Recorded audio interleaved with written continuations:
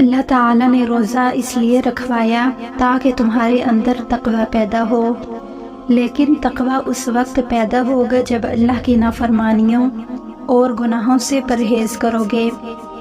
مثلاً کمرے کو ٹھنڈا کرنے کے لیے آپ نے اس میں ایئر کنڈیشنر لگایا، اور ایئر کنڈیشنر کا تقاضا یہ ہے کہ وہ پورے کمرے کو ٹھنڈا کر دے۔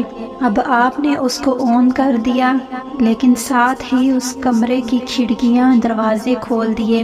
ادھر سے ٹھنڈک آ رہی ہے اور ادھر سے نکل رہی ہے، لہٰذا کمرہ ٹھنڈا نہیں ہوگا۔ بالکل اسی طرح یہ سوچئے کہ روزے کا ایئر کنڈیشنر تو آپ نے لگا دیا، لیکن ساتھ ہی دوسری طرف اللہ تعالیٰ کی نافرمانیوں اور گناہوں کے دروازے اور کھڑکیاں کھول دیں۔ اب بتائیے ایسے روزے سے کوئی فائدہ حاصل ہوگا؟ کمنٹ میں اس سوال کا جواب ضرور دیجیے۔ آج کی اس ویڈیو میں اتنا ہی۔ اگر آپ کو ویڈیو پسند آئی ہے تو ویڈیو کو لائک اور چینل کو سبسکرائب کیجیے، اور اس ویڈیو کو صدقہ جاریہ سمجھ کر اپنے عزیزوں کے ساتھ لازمی شیئر کیجیے۔ حاضر ہوں گے ایک نئی ویڈیو کے ساتھ، تب تک اللہ نگہبان۔